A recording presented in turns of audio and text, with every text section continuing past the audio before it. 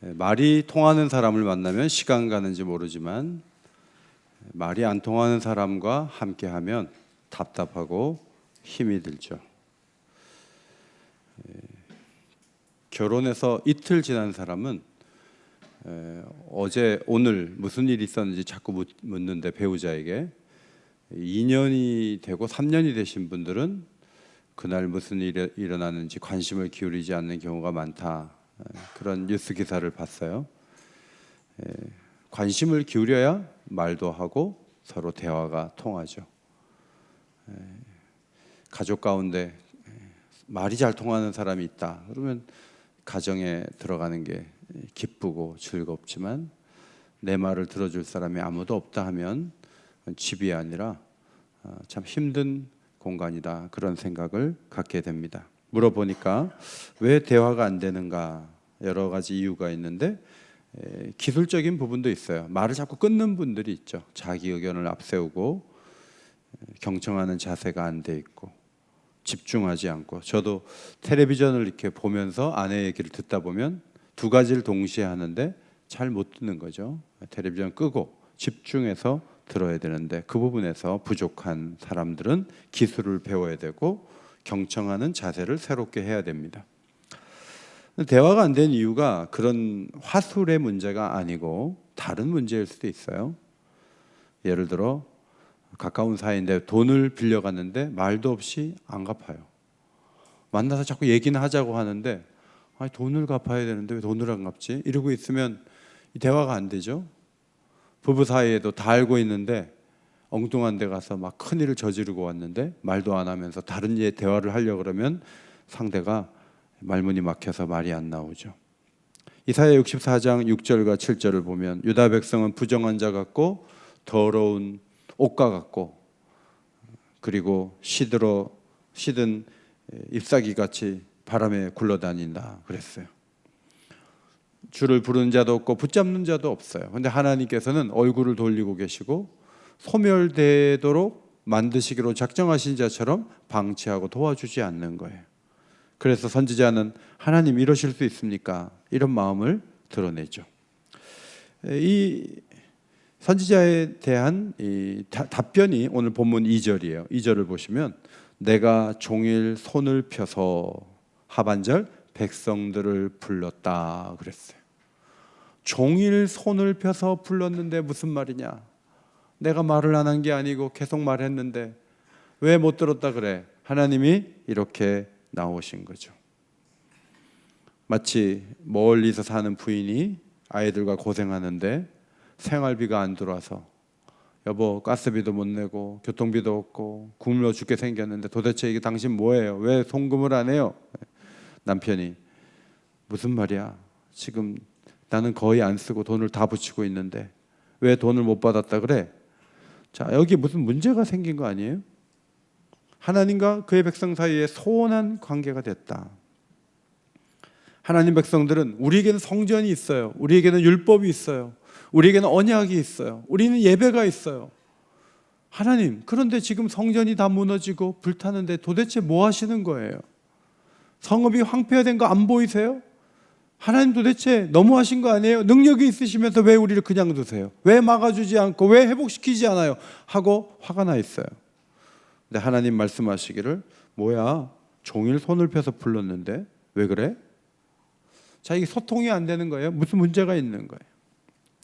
저는 성경을 보면서 아니 하나님이 종일 손을 펴서 불렀다. 저도 하나님이 그러신 적이 있나? 무슨 말씀이지? 하나님이 거짓말하는 건 아닌데 이게 무슨 말씀이지? 하나님이 종일 손을 펴서 자기 백성들을 불렀다고 하는 말씀은 무슨 의미이지? 생각해 보니까 하나님은 이사야, 예레미야 선지자 같은 선지자를 통해서 말씀하셨다는 말씀이에요. 대표적으로 이사야 1장을 보면 여호와께서 말씀하시되 오라 우리가 서로 변론하자. 너희의 죄가 주홍 같을지라도 눈과 같이 희어질 것이요 진홍같이 붉을지라도 양털같이 희게 되리라. 너희가 즐겨 순종하면 땅의 아름다운 소산을 먹을 것이요 너희가 거절하면 칼에 삼켜지리라. 여호와의 입의 말씀이니라. 자, 누구를 통해 얘기했어요? 말씀하셨어요? 이사야를 통해서 말씀하셨어요. 죄가 있어도 그거 문제 해결할 수 있어. 즐겁게 순종하는 길로 걸어가면 내가 줄 선물이 너무 많아. 계속 이렇게 말씀하시는 거예요. 예레미야 선지자를 통해서도 말씀하셨어요. 예레미야 7장 13절 말씀 앞에 보시고 읽겠습니다. 시작. 여호와의 말씀이니라. 이제 너희가 그 모든 일을 행하였으며 내가 너희에게 말하되 새벽부터 부지런히 말하여도 듣지 아니하였고 너희를 불러도 대답하지 아니하였느니라. 하나님이 예레미야 선지자를 통해서 새벽부터 말씀하셨다는 거예요. 계속 말했는데도 듣지도 않고 대답도 안 하는 것은 너희야 라고 하나님이 말씀하셨어요. 백성들은 하나님께 문제가 있어요 라고 말하는 대신에 하나님은 너희가 문제가 있어 라고 대답을 하셨습니다. 사실 이런 아픔은 우리에게도 있지 않아요? 긴급한 일이고 내 힘으로 안 되는 일이라서 하나님께 손을 내밀었는데 하나님께서 응답을 안 해주세요. 40일 동안 기도하고 새벽 긴 시간 깨우면서 하나님의 도우심을 받으려고 손을 내밀었는데 하나님이 외면하는 상황이 길어지면 우리의 마음에 이런 생각이 들어요. 이거 너무하신 거 아니야? 내가 그래도 교회 생활을 코로나 시대에 애쓰고 하면서 기도도 하고 그랬는데 이렇게 안 도와주시고 응답도 안 주시고 답답하게 아무 말씀도 없으시고 도대체 나보고 어떻게 하라는 거야? 하고 우리가 화가 날 수가 있어요. 그런데 중요한 것은 어떤 경우가 오든지 우리의 마음속에 하나님이 우리를 돌보지 않거나 버리거나 무관심한 일은 한 번도 없었다는 것을 기억하는 게 중요해요. 이사야 40장에 보면 하나님께서 이스라엘 사람들의 마음을 아시고 내가 이스라엘아 내가 이르기를 내 길은 여호와께 숨겨졌다. 내 송사는 하나님께 벗어났다. 그렇게 생각하지 말라는 거예요. 오직 여호와를 앙망하면 새 힘도 주고 피곤치 않도록 도와주는 일이 지금도 가능한데 왜 그렇게 생각하느냐 하는 거예요. 하나님 내 사정 알아? 내 아픔 나밖에 몰라. 우리 부모도 모르고 형제도 모르고 나밖에 몰라. 부인도 모르고 남편도 몰라. 내 사정은 나밖에 몰라. 이런 분들 많아요. 그런 말 하지 말라는 거예요. 하나님을 앙망해봤어요? 하나님께 새 힘을 구해봤어요? 하나님께서 공급하시는 힘은 언제든지 주시려고 예비하고 계신데 내 마음속에 정리 다 해버리고 하나님 너무하시다 이런 생각하지 말라는 거죠. 초대교회 성도들도 너무 어려웠어요. 하나님은 히브리서 기자를 통해서 말씀하셨죠. 그가 친히 말씀하시기를 내가 결코 너희를 버리지 아니하고 너희를 떠나지 아니하리라 하셨느니라. 이 약속을 잊지 말라는 거예요. 이 약속은 여전히 유효하다는 거예요. 앞으로 어려운 시대가 온다 그래요. 그래도 하나님이 우리를 버리지 않아. 하나님 우리를 떠나지 않아. 이런 믿음을 확고하게 세우시기를 바랍니다. 그 믿음으로 버티는 거지. 그 믿음이 없어가지고 내가 원하는 시점에 원하는 만큼 안 된다 그래서 하나님이 있느니 없느니 여러분 그것이 얼마나 불신앙의 태도인지 몰라요. 히브리서 1장에 보면 옛적의 선지자들을 통하여 여러 부분과 여러 모양으로 우리 조상들에게 말씀하신 하나님이 이 모든 날 마지막에는 아들을 통해서 우리에게 말씀하셨다는 거예요.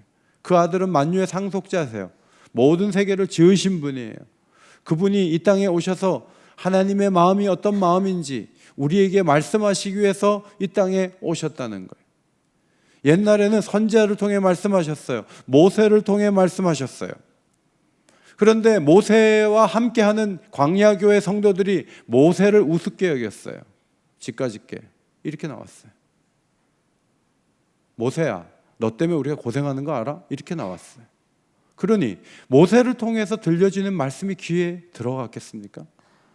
그러다 보니 광야 생활을 40년 동안 하게 된 거예요. 가나안 코앞에 가서 들어갈 수 있었음에도 불구하고 모세를 존중하지 않고 모세의 말을 통해서 들려오는 하나님의 음성에 귀 기울이지 않는 그들이 어떤 소망이 있었을까요? 그들은 나름대로의 불길한 생각에 끌려다녔고 결국은 광야에서 죽어갔어요.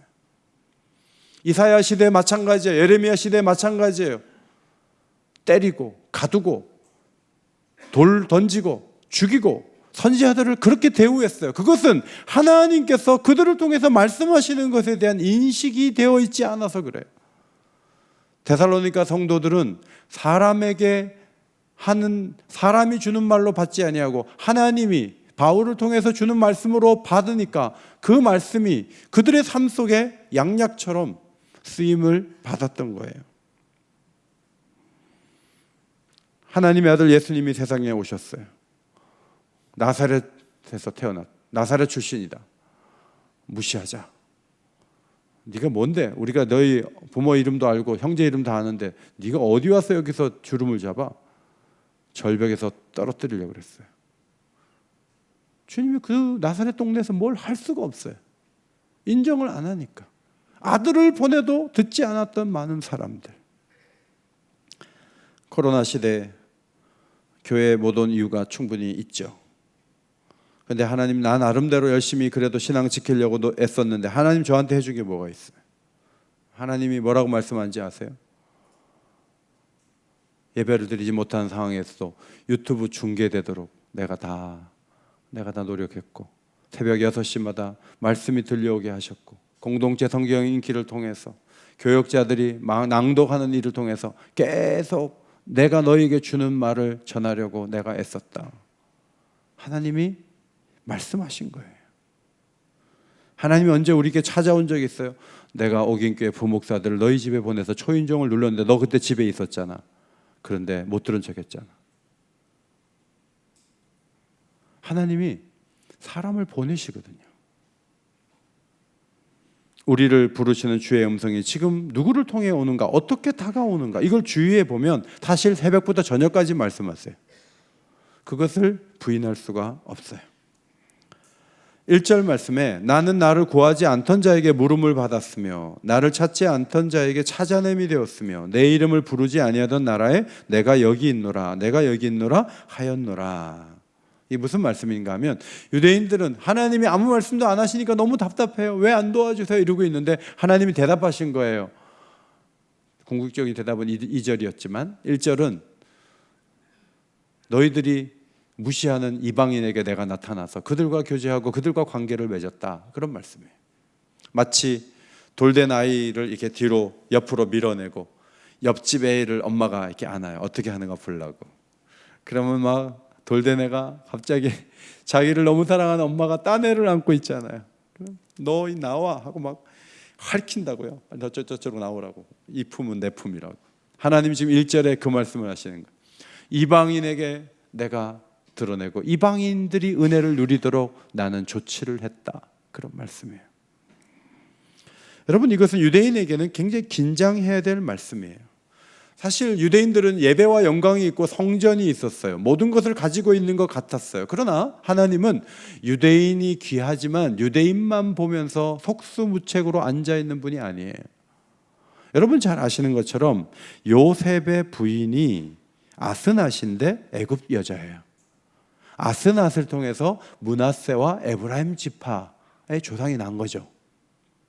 모세의 부인은 미디안 여자예요. 이드로의 딸 십보라예요. 십보라를 통해서 게르손과 엘리에셀이 태어난 거예요.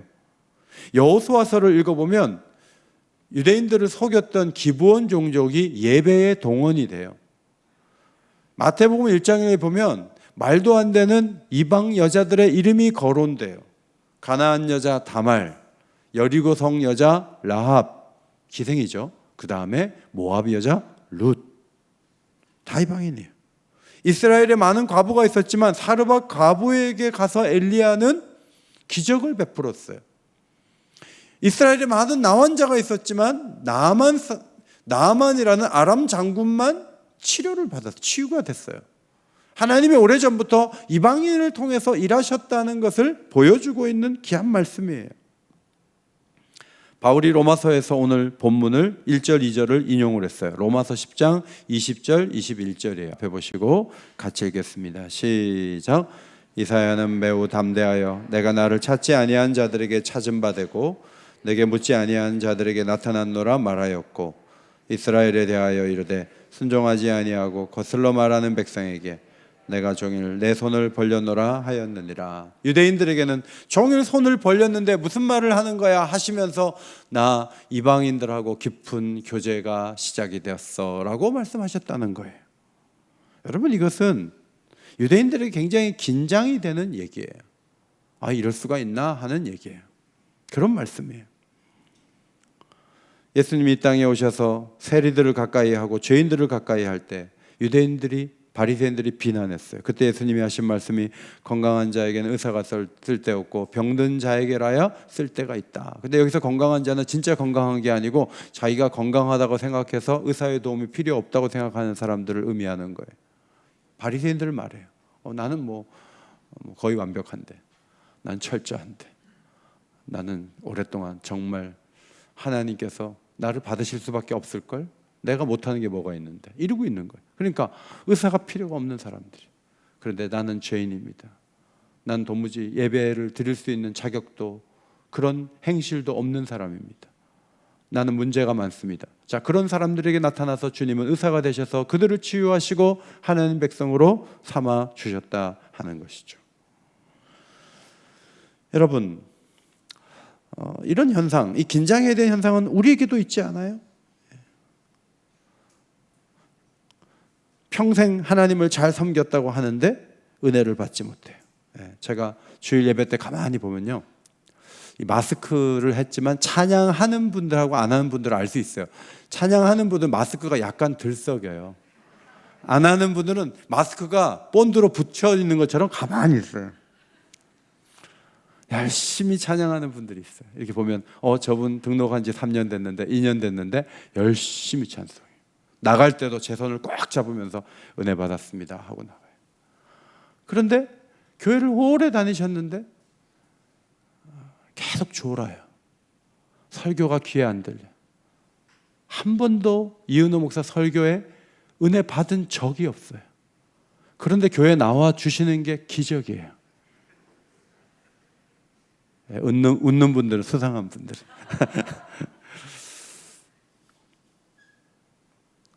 여러분, 오래 믿었어요. 헌금도 많이 했어요. 그동안 정말 열심히 교회 섬겼고. 그런데 뭐 별로 감사한 게 없어요. 너무 다 당연하고요.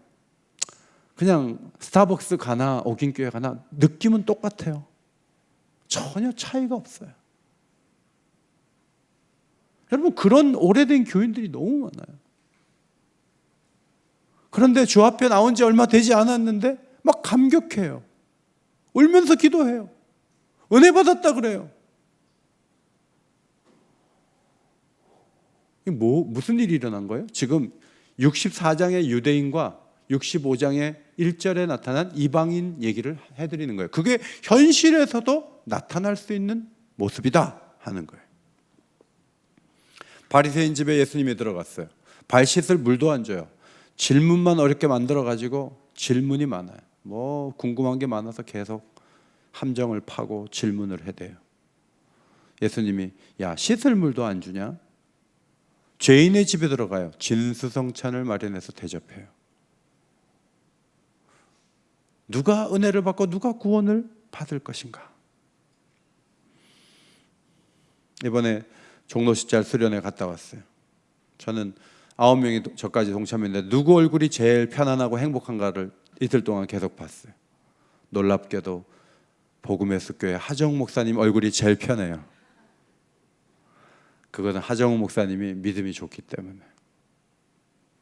저한테 한 번이라도 와서 코로나 2년 도와주셨지만 제가 2년 동안 전도도 못했고 그래도 한두 해는 더 도와주셔야 됩니다.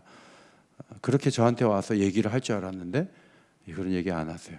안 하고 마음이 평안하게 목회를 하고 있는 거예요. 제가 그 모습 보면서 얼마나 감사한지 몰라요. 뭐 교회가 크다 그래서 그 목사님이 행복합니까? 제가 2,000명, 4,000명 모이는 교회 목사님들하고 한번 강의를 들은 적이 있어요. 그런데 저보다 연세만 한 5년, 10년 뭐 위에 선배긴 하시지만 야갈이요, 한 분은 거의 제가 보기엔 30알 정도 이렇게 드시더라고요. 30알 정도. 그 얼마나 피곤하고 힘들고 수천 명 목회하면서, 물론 아프고 힘든 것이 잘못된 건 아니지만 얼마나 스트레스가 되고 힘겹겠어요. 얼마나 어렵겠어요. 행복이 교회 크기 순위 절대 아니에요. 여러분의 연봉순으로 행복한 거 아니에요. 건강검진에 좋게 나왔다 그래서 행복한 것도 아니에요. 하나님이 은혜를 주시는 자가 웃을 줄 믿습니다. 하나님이 은혜를 주셔야 웃을 수 있는 거예요. 이방인 입장에서는 하나님의 일절의 이 역사는 감사한 거죠. 뭐 아브라함 후손도 아닌데 하나님이 이방인을 찾아내서 자신의 구원의 대열에 포함시키시고, 부모가 신앙생활을 안 했는데 믿음의 1세대가 돼서 열심히 신앙생활하는 모습들을 우리 교회에서도 많이 봐요. 목회를 하면서 저는 자리바꿈을 하는구나, 역할 교대를 하는구나 많이 봐요. 성김 입금이 열심히 하다가 건강한데 아직 연세가 높지도 않은데 뒤서고 안 하고 그러면 교회가 무너집니까? 아니요, 다른 사람이 해요. 제가 오늘 설교 못하면 저보다 더 훌륭한 목회자를 세워서 하나님은 말씀을 전하세요. 저 같은 사람이 여기 서서 설교할 수 있는 게 저한테는 축복이고 기회인 거예요. 그러니까 최선을 다하는 게 중요해요. 내 입장에서는 감사한 일이에요. 하나님은 자기 생각을 따라 옳지 않은 길을 걸어가는 패역한 이들의 잘못에 대해서 3절 이하에서 3가지를 말씀하셨어요. 첫째로 예배의 장소가 문제가 있죠. 동상과 벽돌 위, 무덤 사이, 은밀한 처소가 나와요. 성전이 있었지만 성전을 제대로 활용하지 않았고, 저들은 성전의 뜰만 받고 성전 대신에 또 다른 곳에 가서 예배를 했는데, 그것이 하나가 동산이에요. 이 동산은 바벨론 지역에서의 예배의 공간이에요. 바벨론 사람들은 그곳에서 뭘 하냐면 음란한 행위를 하면서 신에게 바쳐지는 예배 행위라고 해요. 그런 거를 따라하면서 거기서 음란한 짓을 하는 거예요. 이것을 이스라엘 사람들이 했을 때 하나님이 그 사람들에게 무슨 말을 하겠어요? 예배가 다 무너졌고 세속화됐는데 무슨 말을 하겠어요? 벽돌 위에서 분향한다. 분향제단은요, 분향할 단은 조각목에 금으로 싸게 되어 있어요. 조각목을 해가지고 금으로 싸려면 많이 정성을 기울여야 돼요. 그런데 벽돌 위에서 분향하는 거예요. 자기 마음대로 하는 거예요. 여러분, 우리가 몸이 아프고 감염의 위험에 있어서 온라인 예배 드린 거 괜찮아요. 근데 어제도 15,000보 걸었는데 오늘 교회를 안 와요? 이거는 벽돌 위에서 분향하는 거하고 똑같은 거예요. 쉽게 예배하는 거예요. 쉽게. 편안하게 예배하는 거예요.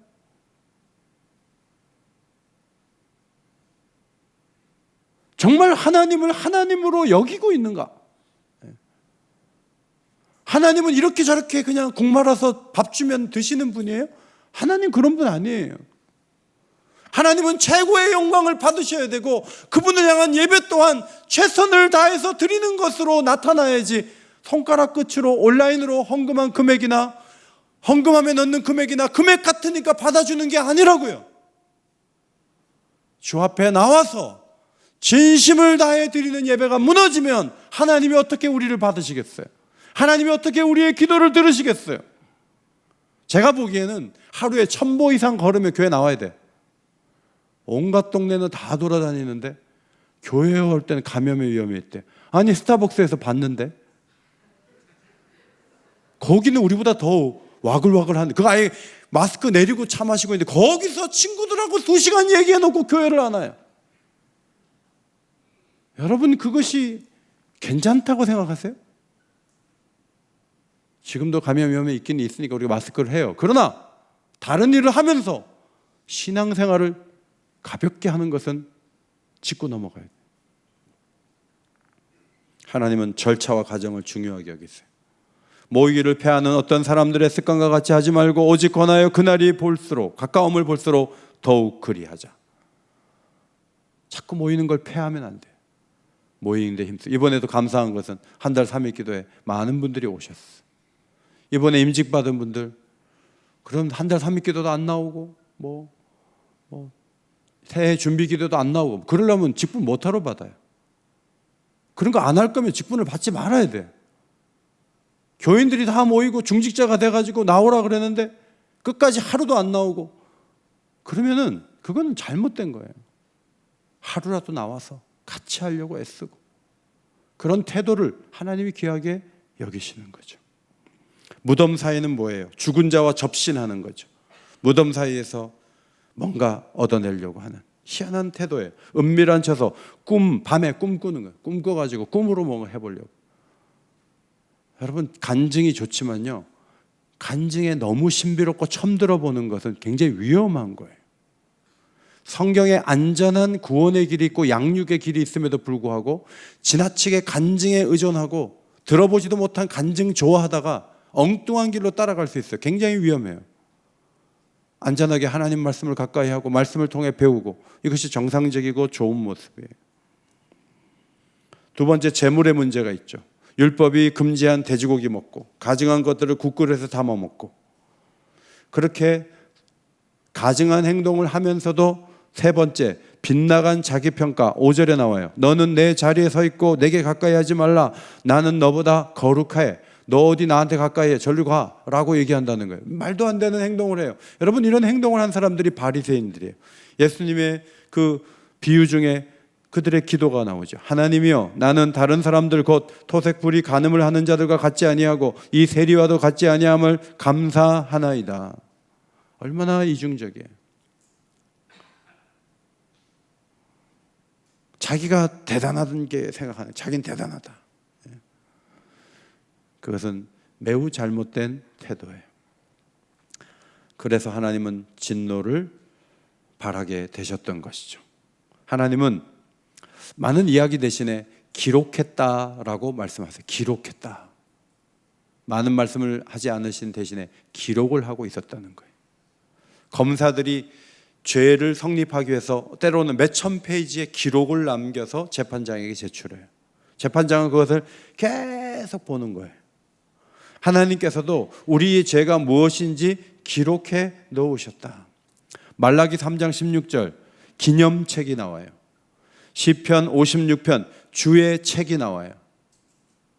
이번에 정명호 목사님이 임직식 때 하신 말씀, 요한계시록 20장 12절에 보니까 생명책 단수가 돼 있고, 이거는 우리의 이름이 기록된 책이고, 사람들이 다 죽지만 그가 살았을 때 한 행위를 따라 다 기록해 놓은 책이 있다. 그거는 복수로 나와요. 책들이 있다. 거기에 따라 심판을 받는다 그랬어요.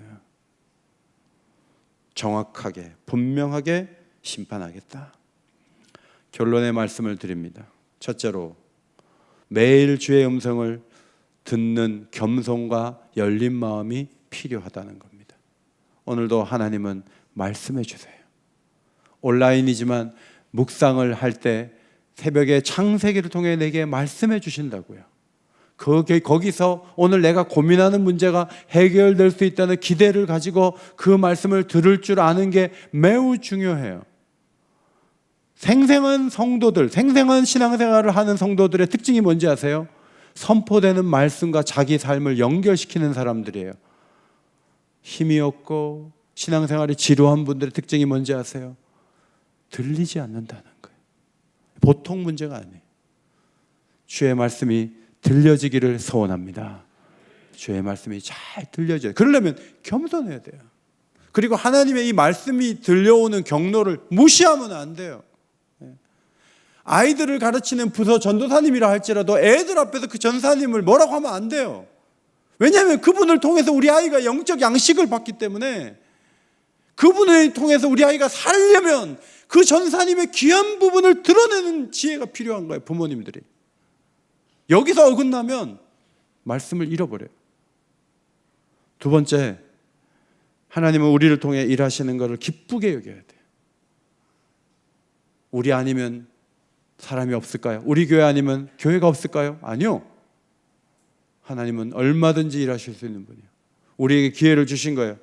우리가 역사를 자랑하면서 우리가 할 일을 제대로 하지 아니하면 하나님은 다른 경로를 통해 일하시는 거예요. 제가 지금 후회하는 것 중에 하나는, 저 푸르메 재단 신교동에 쓸 때 그때 우리 교회가 1,000만 원은 보냈어야 돼요. 그 장애인 재단을 그렇게 건물을 짓는데 거기 가보면은 돈을 얼마 이 기금을 냈다는 그 명단이 쫙 나오는데 거기 옥인교 하나를 안 박아 놓은 게 나는 굉장히 후회스러워. 우리가 돈 안 보내도 그런 거 지어요. 우리가 돈 안 보내도 어린이 재단, 어린이 재활병원 돌아가요. 그런데 우리가 할 수 있다면 우리에겐 기회가 되는 거예요. 그러므로 오늘 주어진 것에 대해서 우리가 잘 감당하는 게 매우 중요하다는 거예요. 나 안 하면 하나님 좀 불편하실걸? 나 예배 안 드리면 하나님 곤란하실걸? 천만의 말씀이에요. 내가 할 수 있는 게 축복이고 내가 할 수 있는 게 기회니까 최선을 다하는 게 중요한 거예요. 믿으십니까? 그런 자세와 태도가 필요하다는 거예요. 꽃도 나 아니면 여기 누가 있겠냐? 여기 갖다 놨으니까 여기 있는 게 꽃이 영광 감사해. 꽃이 감사해야 돼요.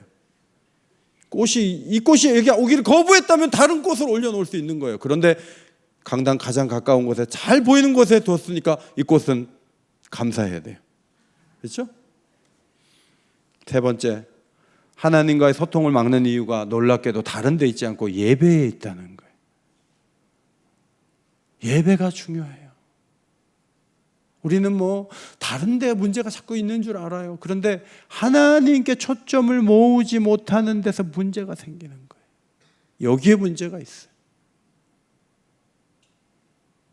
제가 아침에 5시에 일어나서 눈을 감은 채 양치를 하려고 이렇게 하다가 이게 움직이면서 그 칫솔대가 옆에 있는 게 하나 뚝 떨어졌는데 변기 속으로 들어갔어요. 그래서 제가 순간적으로 집어가지고 얼른 수돗물로 막 했는데 이게 누구 거예요? 제 아내 거죠? 해가지고 이제 아내가 이제 모르고 이제 쓰라고 제가 막 하다가 제 마음에 이런 생각이 드는 거예요.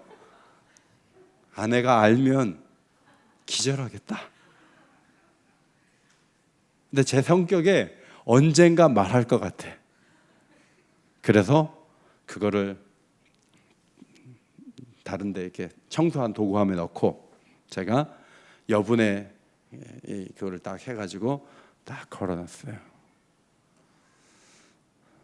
제가 말 안 하면 아내는 모르는 거예요. 그리고 제가 동창회 가서 깔깔거리면서 우리 집사람이 그것도 모르고 그걸로 막 이를 닦는데 난 너무 통쾌해 죽겠어 막 이러면은 그건 남편도 아니에요. 갖다 버려야 돼. 근데 제가 아내 몰래 그렇게 하면 아내는 몰라요. 근데 하나님은요, 여러분이 어떤 마음으로 예배드리는지 다 아세요. 무슨 자세와 태도를 갖고 오는지 다 알고 계세요. 예배에 좀 마음을 좀 모으세요. 그냥 손에 잡히는 옷 입지 말고 교회 올 때도 여러분에게 제일 좋은 옷을 입고 오세요. 정성이 필요한 거예요. 애들에게도 그 정신을 키워줘야 돼요. 같은 금액이라도요, 신권을 잘 바꿔갖고 헌금을 드리는 분이 있는가 하면 정말 막 찢어진 돈을 갖다가 헌금하는 분도 있어요. 그런 분 거의 없지만 그 과정이 너무너무 중요하다. 최선을 다해야 된다. 다음 주 추수감사 주일이에요. 제가 얼마를 헌금하면 좋겠다 그랬더니 제 아내가 이렇게 어렵고 힘든 한 해를 보냈는데 어떻게 그것밖에 헌금 안 하냐고. 2배를 하자 그래요. 그래서 제 속에 칫솔 잘 바꿨다 그 생각이 들었어요. 그런 마음에 부인이 있으니까 얼마나 감사해요. 제가 얼마 하자 근데 제 아내가 생활비가 얼마가 모자란데 그런 거 헌금만 많이 한다고 하나님 기뻐하시냐 이렇게 하면 제가 어떻게 헌금해요? 제가 생각하는 금액의 2배를 드리면 좋겠다. 마지막 한 가지는 하나님은 우리 행위를 기록하고 계시다는 거예요. 상급이 있고 책망이 있어요. 벌이 있어요. 잘 살아야 돼요. 목요일 날 정읍에서 어느 교회에서 우리 교회 오셨는데 목사님이 저한테 카페가 넓어요 하고 문자가 왔어요. 제가 손님이 많이 청와대 관람 오셨구나. 제가 감을 잡고 엄청 좁습니다 이렇게 답을 보냈어요. 우리 카페 좁다고. 그러니까 제가 손님 치를 마음이 없다는 거죠. 근데 마음이 좀 불편해요. 제가 아는 분 목사님이라. 그래서 전화를 드렸더니 가까운 곳에 제가 카페를 안내하겠습니다 그랬더니 아니래요. 그냥 없으면 괜찮다고. 나 간다고. 나중에 생각하니까 안 되겠어요. 임직하고 남은 수건이 좀 있어요. 그거라도 하나씩 줘서 보내야 되겠다 해가지고 제발 오시라고 해가지고 거절하다 하다가 저희 교회 큰 버스가 하나 들어가지고 38명이 저 좁은 카페에서 차를 받아 마셨어요. 근데 이 어르신들이 뭐라 그러냐면 앉는 사람 10명밖에 안 되는데도 이렇게 쉬었다 가니까 너무 좋으네요. 그러면서 그 수건 한 장을 고맙게 받아갔어요. 그래서 보람이 있었고 감사해요. 나는 그걸로 충분했어요. 그래도 오늘 아침에 우리 최동정 집사님이 어제 감하고 사과가 왔다는 거예요. 누구예요? 그러니까 그 교회 담임 목사님이 사과 한 박스하고 감 한 박스 보냈어요. 여러분, 사람도 고마우면 과일 보내줘요. 하나님이 기록까지 하셨는데 빈손이시겠어요? 절대 그런 분이 아니에요. 하나님을 감동을 시키세요. 하나님을 움직여 보세요. 하나님께 잘 보이세요. 하나님 원하시는 진리의 길로 걸어가세요. 하나님이 기록하고 채워주실 줄 믿습니다. 이 믿음 가져야 돼요. 이 믿음 가지면 집안에도 좋은 일이 일어나고 교회도 좋은 일이 일어나요. 저는 우리 교회가 하나님과 소통하는 아름다운 교회 되기를 예수의 이름으로 축원합니다. 하나님 고맙습니다. 오늘도 귀한 말씀 주시니 감사합니다. 소통을 막은 것은 우리 자신이었고 우리의 잘못이었습니다. 특별히 예배를 잘 점검하고 하나님께 드리는 것이 훼손된 것은 아닌지, 이기심 때문에 제대로 하지 못하는 것은 아닌지, 세속의 유혹을 받아 세속화된 것은 아닌지 잘 살피고 온전한 예배를 드리고 진리 가운데 걸어감으로 칭찬받는 주의 백성들이 되도록 우리들을 인도하여 주옵소서. 예수님 이름으로 기도하옵나이다. 아멘.